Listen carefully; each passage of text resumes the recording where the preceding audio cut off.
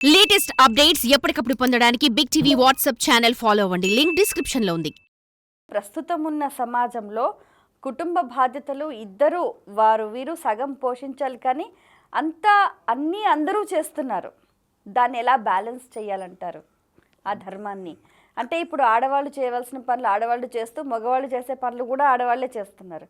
మగవాళ్ళు కూడా అంతే, ఇంటి పనులు, వంట పనులు, ఆఫీస్ పనులు అందరూ అన్నీ చేసుకుంటున్నారు. ఇప్పుడు ప్రస్తుతం ఉన్న సమాజంలో అన్ని పనులు ఇంట్లో ఇద్దరు భార్య భర్త చేస్తున్న ఈ నేపథ్యంలో వాటిని ఎలా బ్యాలెన్స్ చేసుకోవాలి, ఒకరినొకరు ఆ ధర్మాన్ని ఎలా సర్దిపుచ్చుకోవాలంటారు?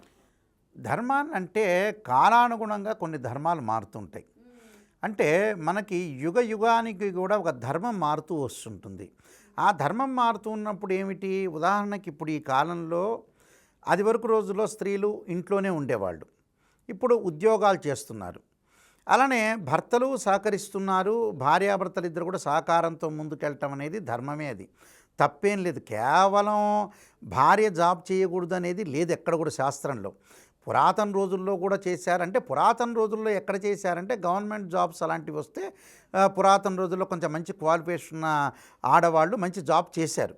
అయితే పాత రోజుల్లో కూడా ఉంది ఈ పద్ధతి అనేది, పాత రోజుల్లో కూడా ఉంది. అయితే ఏంటంటే ఈ కాలంలో ఏమిటంటే కాలానుగుణంగా కొన్ని మార్పులు, ఖర్చులు, ఆదాయ వనరులు, రకరకాలుగా కొన్ని తేడాలు గమనిస్తాం మనం. అంటే ప్రధానంగా ఆ తేడాలను బట్టి ఏం జరుగుతుంది అని అంటే, భార్య జాబ్ చేయాల్సి వచ్చింది, భర్త కూడా జాబ్ చేయాల్సి వస్తుంది. ఆదాయ వనరులు అనేవి, ఈ ఖర్చులు ఎక్కువైనాయి, ఆదాయం అనేది తక్కువ అవుతుంది. కాబట్టి ఇద్దరు కూడా చేసి, ఆ ఇద్దరు కూడా ఎవరి కోసం చేస్తారు, పరస్పరం చేసుకోవటం కాదు ఇక్కడ, కేవలం పిల్లల గురించి మాత్రమే ఇది. ఇప్పుడు సన్యసించే వాళ్ళు ఉంటారు, సన్యసించే వ్యక్తులు ఉంటారు, వాళ్ళందరికీ కూడా పెళ్లి చేసుకోలేని వ్యక్తి ఎవరైతే ఉంటారో వాళ్ళకేం పెద్ద డబ్బుతో, ధనంతో పనేమీ లేదు. ఇక్కడ ధనం మినిమంగా ఉంటే సరిపోతుంది.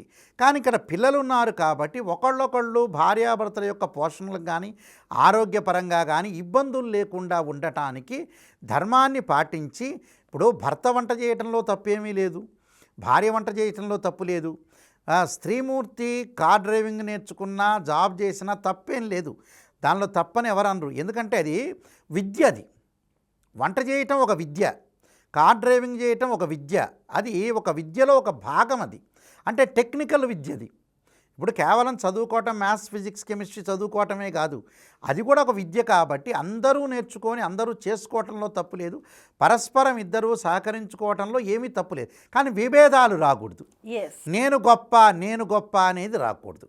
ఎందుకు కారణం ఏంటంటే మనిషికి ఒక తెలివితేటలు అనేవి కొంచెం తగ్గుతూ వచ్చినాయి.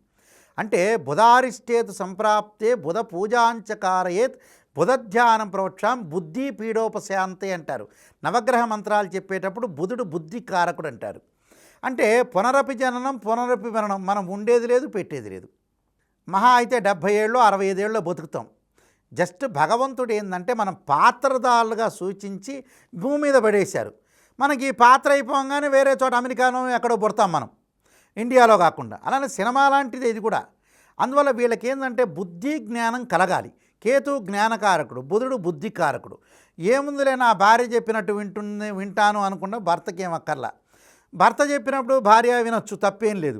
అది మంచా చెడ అనేది ఆలోచన విచక్షణ జ్ఞానం కోల్పోకుండా ఉంటే జీవితం అనేది సాఫల్యమైపోతుంది.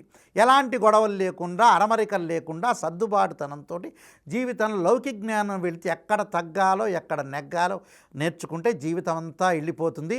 70 ఏళ్ల తర్వాత మనం బతికేది లేదనే భావన కలిగితే, చనిపోతాము అనే భావన కలిగితే ఇవన్నీ ఉండవు. For more videos like this, subscribe Big TV channel.